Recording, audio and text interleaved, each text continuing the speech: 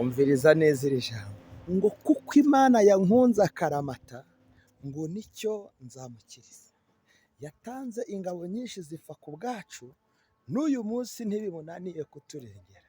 Muhumure twaracunguwe. Yesu yaravuze ngo kuko Imana yakunze abari mu isi cyane byatumye itanga umwana wayo w'ikinege. Yatanze Kristo ku bwawe, izabura ite kumuguhana n'ibisigaye. Imana ikwishimire kandi iguhe icyo umutima wawe uyigomba. Uyu munsi Imana ikwiyereke kandi igukorera ikintu gishya kinezeza umutima wawe bundi bushya. Imana iduhane umugisha, umwuka akomeza abane nawe, umwuka w'imbaraga, umwuka w'ubutabazi, umwuka wo gusubizwa nayo, ukomeze ukujya imbere, ukomeze urengerwe nayo, uhereye none n'ibihe byose ubone gutabarwa kw'ahera h'Imana. Haleluya, haleluya, haleluya.